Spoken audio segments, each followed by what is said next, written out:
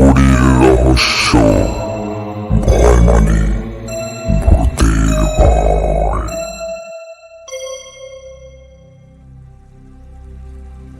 Hello everyone, welcome back to Mrityupuri Rahasya. ভয় মানেই ভূতের ভয়। সকলকে স্বাগত জানাচ্ছি মৃত্যুপুরী রহস্যের আজকের ঘটনায়। আমি অরিন্দম আবারও চলে এসেছি নতুন একটি ঘটনা নিয়ে। আশা করি তোমরা সকলেই ভালো আছো। আজকে যে ঘটনাটি আছে, ঘটনাটি আপনাদের খুবই ভয় পাবে। নতুনরা প্লিজ সাবস্ক্রাইব করবেন। প্রত্যেক বৃহস্পতি ও রবিবার আমরা চলে আসি নতুন নতুন গল্প উপহার দিতে। আমাদের ঘটনা পাঠানোর জন্য মেল করুন মৃত্যুপুরী রহস্য @gmail.com অথবা আমাদের হোয়াটসঅ্যাপ নাম্বার 9810469466 এ। বেশি কথা না বাড়িয়ে চলে যাচ্ছি আমাদের আজকের ঘটনা। আসসালামু আলাইকুম অরিন্দম ভাই ও প্রিয় শ্রোতা বন্ধুরা, আমার নাম রহিতুল মণ্ডল। আমার বাড়ি বরিশাল জেলার কীর্তনখোলা নদীর পাশেই। ছোটবেলা থেকে গ্রামে গঞ্জে থেকে মানুষ তাই ভূতের ভয় নেই বললেই চলে। অনেকের মুখে শুনেছি সন্ধ্যার পর কীর্তনখোলার পাশ দিয়ে হেঁটে গেলে অশরীরীর দেখা মেলে। আমি কখনো এসব বিশ্বাস করতাম না। আমার এই অবিশ্বাসই হয়তো আমার আর আমার পরিবারের সকলের কাছে কাল হয়ে দাঁড়ায়। যাই হোক, ঘটনায় আসি। ঘটনা যে সময়কার, তখন আমার বয়স 16 বছর। সেবার মামার বাড়ি গিয়েছিলাম একটা কাজে। এক পরিচিত চাচার মোটর নৌকায় গিয়েছিলাম। বাসায় ফেরার পথে সন্ধ্যা হয়ে যায়। চাচার গঞ্জে কিছু কাজ থাকায় চাচা আমার বাড়ির খানিকটা দূরেই নামিয়ে দেয়। আমাকে জিজ্ঞাসাও করেছিল সমস্যা হবে কিনা। আমি না করে দিই। চাচাকে বিদায় দিয়ে বাড়ির পথে হাঁটতে লাগলাম। সন্ধ্যা নেমেছে চারপাশে। দেখতে দেখতে খুব দ্রুতই রাতের আধার চারপাশে ঢেকে গেল। তবে বাড়ি খুব একটা দূরের পথ না। এই বাঁকা পথে গেলে 15 মিনিট, আর সোজা রাস্তা দিয়ে গেলে 25 থেকে 30 মিনিট সময় লাগে। ওই দিন বাংলাদেশের সাথে ইংল্যান্ডের খেলা ছিল, তাই আমি সময় বাঁচানোর জন্য বাঁকা পথ দিয়ে যাওয়ার সিদ্ধান্ত নিলাম। হন হন করে হেঁটে চলেছি। সবাই মনে হয় বাংলাদেশের খেলা দেখছে। কাউকেই পথে ঘাটে দেখলাম না। প্রায় 4-5 মিনিট হাঁটার পর আমার পাশে একটা ঝোপ ছিল। সেই ঝোপে ঝপ করে একটা আওয়াজ হলো। আচ্ছা, বলতে ভুলে গেছি, এই যে শর্ট রাস্তা বা কাঁচা রাস্তাটার কথা বলছিলাম, এই কাঁচা রাস্তাটা একটু জংলা টাইপের এলাকা। চারপাশে ঝিঝু পোকার ডাক শোনা যাচ্ছে। আওয়াজটা শুনেই আমি থমকে দাঁড়িয়ে গেলাম। একদম চুপ করে দাঁড়িয়ে রইলাম প্রায় 20 সেকেন্ডের মতো। কান খাড়া করে শোনার চেষ্টা করলাম কিসের আওয়াজ, কিন্তু আর কোনো শব্দ হলো না। আমিও নাছর বান্দা আস্তে আস্তে পা টিপে এগিয়ে গেলাম ঝোপের দিকে। অনেকেই ভাববেন হয়তো আমি মিথ্যা কথা বলছি, কিন্তু ভাই, আমি আসলেই অনেক সাহসী ছিলাম। এক হাতে গভীর রাতে দুটো চোরকে একসাথে পিটিয়েছি। ভয় ডর আমার খুব একটা নেই বললে চলে। যাই হোক, ঝোপের পাশে দাঁড়িয়ে উকি দিলাম। উকি দিয়ে চমকে উঠলাম। ঝোপের পাশে আমি দেখলাম একটা সাদা কাপড় পরা মহিলা ঝুঁকে আছে কিছু একটার উপর। দেখে প্রথমে মনে হলো কোনো চারপায়ে জানোয়ার। ওই মহিলার পাশ থেকে গজ গজ করে শব্দ হচ্ছিল। এরপর আমার কানে এলো হাড় ভাঙার আওয়াজ। কড়মড় করে কি যেন খাচ্ছে ওই মহিলা। এই দেখে আমি আর সহ্য করতে পারলাম না। চোরে চিৎকার দিয়ে বললাম, সাথে সাথে পাই করে আমার দিকে ঘুরে গেল ওই মহিলা। ওটার চেহারা দেখার সাথে সাথে মনে হলো কলিজাটা এক লাফে উঠে বাইরে চলে আসবে। বহু কষ্টে নিজেকে দাঁড় করিয়ে রাখলাম। মহিলার বয়স বুঝতে পারছি না, তবে সাদা চুল, সাদা কাপড়, আর সারা মুখে লেগে রয়েছে রক্ত। আর সামনে পড়ে রয়েছে একটা মাঝারি সাইজের গরুর মৃতদেহ। এটা দেখে আমার বুঝতে বাকি রইল না আমি ভুল জায়গায় চলে এসেছি। মহিলাটা চোখের পলকে মরা গরুটা রেখে আমার দিকে এগিয়ে এলো। এরপর শুধু এইটুকুই মনে আছে যে আমি জ্ঞান হারাবার আগে কয়েকবার আল্লাহু আকবার বলেছিলাম। এরপর আমার আর কিছু মনে নেই। জ্ঞান ফেরার পর নিজেকে আবিষ্কার করি আমাদের বাড়ির উঠোনে। আমার সামনে এলাকার মুরব্বী আর গঞ্জের বড় হুজুর বসে আছে। তখন আমি আমার দেখা সব ঘটনা তাদেরকে খুলে বললাম। ওনারা আমাকে ঝাড়ফুঁক করে চলে গেলেন। ওনাদের কাছ থেকে শুনতে পাই, রাতে রাস্তা দিয়ে ফেরার পথে আমাদের বাড়ির 3-4টে বাড়ি পর রহমান চাচা আমাকে দেখতে পান।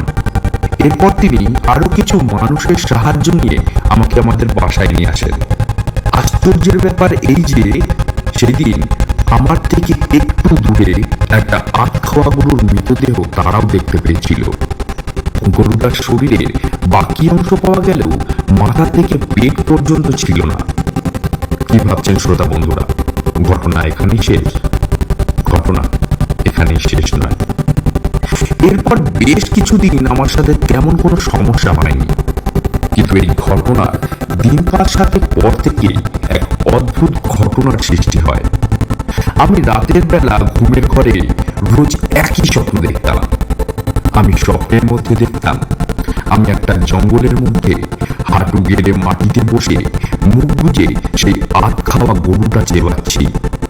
আমি স্বপ্ন ভেবে এইসব বিষয়ে কাউকেই জানাইনি। আর এটাই ছিল আমার জীবনের সবচেয়ে বড় ভুল।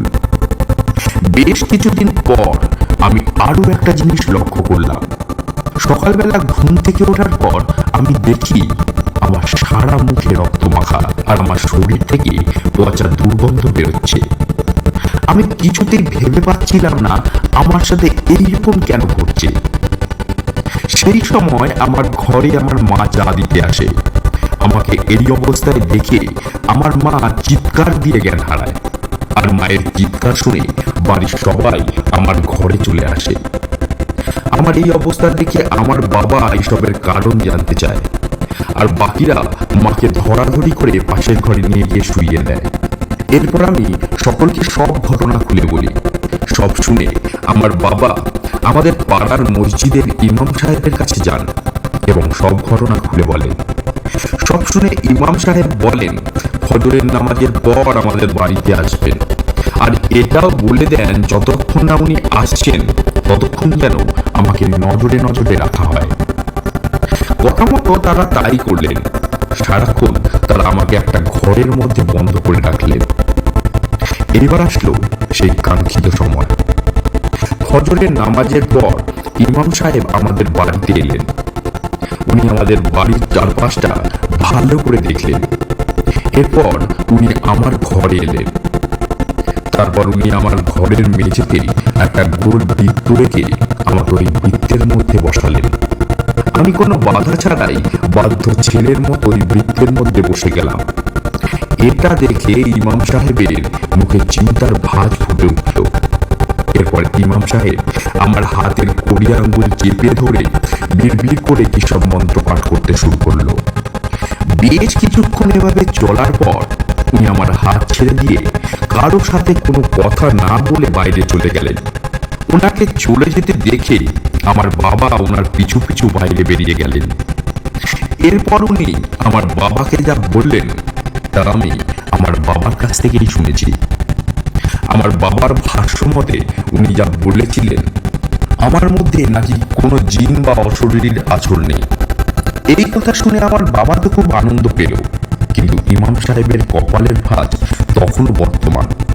এরপর ইমাম সাহেব এক গ্লাস পানিতে কিছু মন্ত্র পড়ে ফু দিয়ে তারপর ওই পানির গ্লাসটি আমার বাবার হাতে দিয়ে বললেন এই জলটি সারা বাড়িতে ছড়িয়ে দিতে। আরো বললেন যে আমাকে 2 দিন সময় দিন, এই বিষয়টি খুবই জটিল। তারপর আমি দেখছি কি করা যায়। কথা মতো আমার বাবা ওই জলটা পুরো বাড়িতে ছড়াতে লাগলো।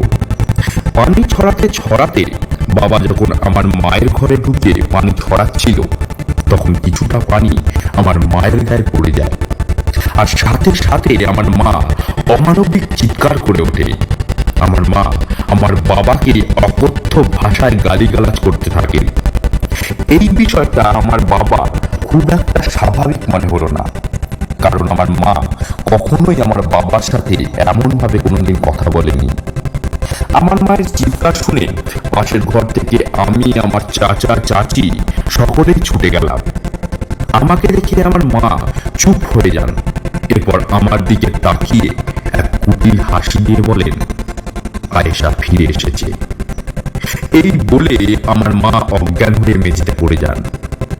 নামটা শুনে আমার সারা শরীরের লোম খাড়া হয়ে গেল। বাবা মাকে বিছানায় শুইয়ে দিয়ে চাচাকে বললেন ইমাম সাহেবকে ডেকে আনতে, আর চাচিকে মায়ের কাছে বসিয়ে আমাকে নিয়ে গেলেন পাশের ঘরে আর জিজ্ঞাসা করলেন আয়েশাকে আর তার সাথে আমার কি সম্পর্ক। এরপর আমি সব ঘটনা খুলে বলতে যাব, এমন সময় আমার চাচা ইমাম সাহেবকে নিয়ে আমাদের বাড়িতে এলেন। যেহেতু আমাদের বাড়ির পাশেই মসজিদ ছিল, তাই তাদের আমাদের বাড়িতে আসতে বেশি সময় লাগেনি। যাই হোক, ইমাম সাহেব আমাদের বাড়িতে এসে আমার মাকে ভালো করে পর্যবেক্ষণ করে বললেন, আমাকে 1 ঘন্টা সময় দিন, আমার কিছু অনুগত জিন আছে, তাদেরকে পাঠিয়েছি খবর আনতে। তারা আসলে আমি তাদের সাথে কথা বলে দেখি আসল সমস্যাটা কোথায়। আসলে আপনার ভাই আস্তে আস্তে আমাকে সব কথাই খুলে বলেছে, আর ততক্ষণে আপনাকে যে পানিটা দিয়েছি সেটা বাড়ির চারপাশে ছড়িয়ে দিয়ে রহিদুলের ঘরে চলে আসুন, আর পরিবারের বাকি সবাই অন্য একটা ঘরে থাকবেন। যত যাই হয়ে যাক, কেউ ঘর থেকে বেরোবেন না। এই বলে উনি আমাকে নিয়ে আমার ঘরে চলে যান। আমার বাবা ওনার কথা মতো ওই পানি পুরো বাড়িতে ছড়াতে লাগলেন। আমার চাচা চাচি তখন আমার মাকে পাহারা দেওয়ার জন্য আমার মায়ের ঘরেই ছিল। ঘরে ঢোকার পর আমি ইমাম সাহেবকে সব ঘটনা খুলে বলতে চাই, কিন্তু ইমাম সাহেব হাতের ইশারায় আমাকে চুপ করতে বলে তার ব্যাগ থেকে একটা সাদা পাউডারের মতো কিছু বার করলেন। তারপর ওই সাদা পাউডারে কিছু মন্ত্র পড়ে আমার চারপাশে একটা গণ্ডি কেটে দিলেন। এরপর উনি আমাকে সব ঘটনা খুলে বলতে বললেন। এবার আমি বলা শুরু করি। 1 বছর আগের কথা, আমি মামার বাড়ি ঘুরতে গিয়েছিলাম। ওখানে একটা মেয়ের সাথে আমার পরিচয় হয়। মেয়েটার নাম আয়েশা। যত দিন যায় কথায় কথায় আমাদের বন্ধুত্ব ভালোবাসায় পরিণত হয়। মাঝে মাঝে আমরা ঘনিষ্ঠভাবেও মেলামেশা করতাম। সবকিছু ভালোই চলছিল, কিন্তু সমস্যা শুরু হয় 5 মাস আগে। প্রতিবারের মতো আমি আয়েশার সাথে দেখা করতে যাই। সেদিন আয়েশার মুখটা কেমন ভার হয়েছিল। তখন আমি আয়েশাকে জিজ্ঞাসা করি কি হয়েছে। আয়েশা কেঁদে ফেলল। তারপর যা বলল তা শুনে আমার পায়ের তলা থেকে মাটি সরে গেল। কি বলবো আমি বুঝতে পারছিলাম না। আয়েশা বলল ও প্রেগনেন্ট। ও আমাকে বিয়ে করতে বলে, কিন্তু তখনও আমি নিজের পায়ে দাঁড়াতে পারিনি। এদিকে বাবা মাকে বা কি বলবো। ওকে কোনো মতো বুঝিয়ে বাড়িতে পাঠিয়ে আমিও বাড়ি চলে এলাম, আর ওকে বলি 2 দিন পর আমি ওর সাথে দেখা করতে আসবো। বাড়িতে এসে আমি ভাবতে থাকি কিভাবে বাড়িতে বলবো। তখনও চাচার বিয়ে হয়নি। আমি অনেকবার কথাটা মাকে বলতে গেছি, কিন্তু বলতে পারিনি। কথা মতো 2 দিন পর আমি ওর সাথে দেখা করতে যাই। অনেকটা সময় কেটে যাওয়ার পরও যখন ও আসে না, তখন আমি কিছু উপায় না পেয়ে আমার মামার বাড়ি চলে যাই। মামার বাড়িকে জানতে পারি মামা বাড়িতে নেই। পাড়ার একটা মেয়ে গলায় দড়ি দিয়ে সুইসাইড করেছে, তাকেই কবর দিতে গেছে। আমি ভয়ে ভয়ে মামিকে মেয়েটার নাম জিজ্ঞাসা করলাম। মামি বলল মেয়েটার নাম আয়েশা। আমি কোনো কিছু না বলে ছুটে চলে যাই কবরস্থানের দিকে, কিন্তু ততক্ষণে সব শেষ। শেষ দেখাটাও ওকে আমি দেখতে পারলাম না। তারপর আমি আর মামার বাড়ি যাইনি, সোজা বাড়ি চলে আসি। নিজেকে সেই সময় জানোয়ার মনে হচ্ছিল। আমার জন্যই আজ ওর এই অবস্থা। সব শুনে ইমাম সাহেব খুব রেগে গেলেন। উনি বললেন তুমি অনেক বড় পাপ করেছ, তোমার এই পাপে কোনো ক্ষমা হয় না। তারপর উনি আমার বাবাকে উদ্দেশ্য করে বললেন, দেখুন এই মুহূর্তে মেয়েটা খুবই ক্ষিপ্ত হয়ে আছে। আমি বলতে পারছি না কি হবে, তবে আমি চেষ্টা করে দেখব কতদূর কি করা যায়। বাকি সব আল্লাহর হাতে। এই বলে উনি আমার শরীরের উপর আয়েশার আত্মাকে হাজির করলেন। আয়েশার আত্মা আমার শরীরে ভর করার পর কি হয়েছিল আমি জানি না। পরে আমি তা জানতে পারি আমার বাবার কাছ থেকে। আমার বাবা যা বলেছিল তা ঠিক এই রকম। আয়েশার আত্মা আমার শরীরে ভর করার পর ইমাম সাহেব ওকে অনেক বোঝানোর চেষ্টা করেছিল যাতে ও আমাকে ছেড়ে দেয়, কিন্তু ও তাতে রাজি হয় না। ওর চোখে মুখে তখন প্রতিহিংসার আগুন জ্বলছিল। অনেক কষ্টে ওকে রাজি করেন ইমাম সাহেব, তবে ও একটা শর্ত দেয়। শর্তটা হলো ও আমাকে ছেড়ে চলে গেলেও পুরোপুরি যাবে না, প্রতি অমাবস্যা তিথিতে ও ফিরে আসবে, তবে আমার কোনো ক্ষতি করবে না। কিন্তু সেদিন এক দামে কেনা একটা মুরগি আমাকে নিজের হাতে রান্না করে রাত 1টার সময় আমাদের বাড়ির পেছনের হিজল গাছের তলায় রেখে আসতে হবে। আর কোনো উপায় না দেখে আমার বাবা এই শর্তেই রাজি হয়ে যায়। তারপর আয়েশা আমার শরীর ছেড়ে চলে যায়। এরপর থেকে আমার আর কোনো অসুবিধা হয়নি, কিন্তু প্রতি অমাবস্যায় আয়েশার উপস্থিতি আমি এখনো টের পাই। এরপর ইমাম সাহেব আমাকে কিছু আয়াত শিখিয়ে দিয়ে চলে যান আর বলেন সারা জীবন যেন আমি এই আয়াত আমল করে চলি। প্রতি অমাবস্যায় আমি মুরগির মাংস রান্না করে ওই হিজল গাছের তলায় রেখে আসি। ওই মুরগির মাংসটা হিজল গাছের তলায় রেখে পেছন ফেরার সঙ্গে সঙ্গে আমি শুনতে পাই হাড় চেবানোর কর্মর শব্দ। শুনতে পাই বললাম এর কারণ আমি এখনো সেই শব্দ শুনতে পাই। আমি পারলে বড় কোনো হুজুর দেখিয়ে এই সমস্যার কোনো উপায় বের করতে পারতাম, কিন্তু আমি তা করিনি, কারণ আমি বিশ্বাস করি আমি ওর সাথে যা করেছি তা অন্যায় করেছি। এটা তার কাছে কিছুই না। অরিন্দম ভাই ও প্রিয় শ্রোতা বন্ধুরা, এই ছিল আমার জীবনের চরম সত্য।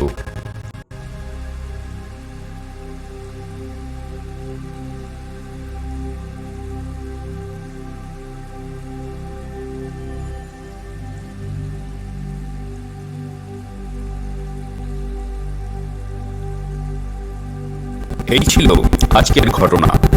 ঘটনাটি কেমন লাগলো কমেন্ট করে জানিয়ে দিন। ঘটনাটি যদি আপনাদের ভালো লাগে তবে বন্ধু বান্ধব পরিবার পরিজনের সাথে শেয়ার করে দিন। আজকের মতো তোমাদের থেকে বিদায় নিয়ে নিচ্ছি, আবারও দেখা হবে আগামী দিন। মৃত্যুপুরীর রহস্য, ভয় মানে ভূতের ভয়।